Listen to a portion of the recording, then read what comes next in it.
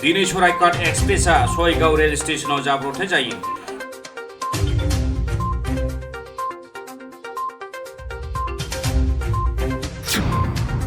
बे जाब्रबथायाव गंबा दाबाया साइथिंनिफ्राय गोग्लैदों।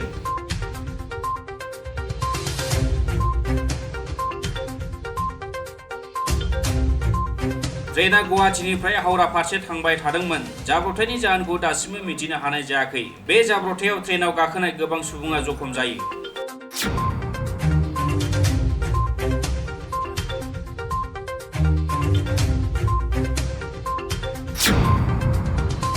दिनै सराइघाट एक्सप्रेसआ सयगाव रेल स्टेशनाव जाब्रबथाय जायो।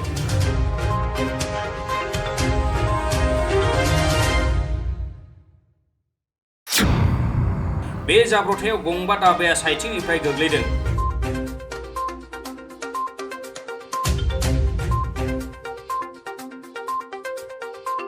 ट्रेनआ गुवाहाटीनिफ्राय हावड़ा फारसे थांबाय थादोंमोन। जाब्रबथायनि जाहोनखौ दासिमबो मिथिनो हानाय जायाखै। बे जाब्रबथायाव ट्रेनआव गाखोनाय गोबां सुबुङा जखम जायो।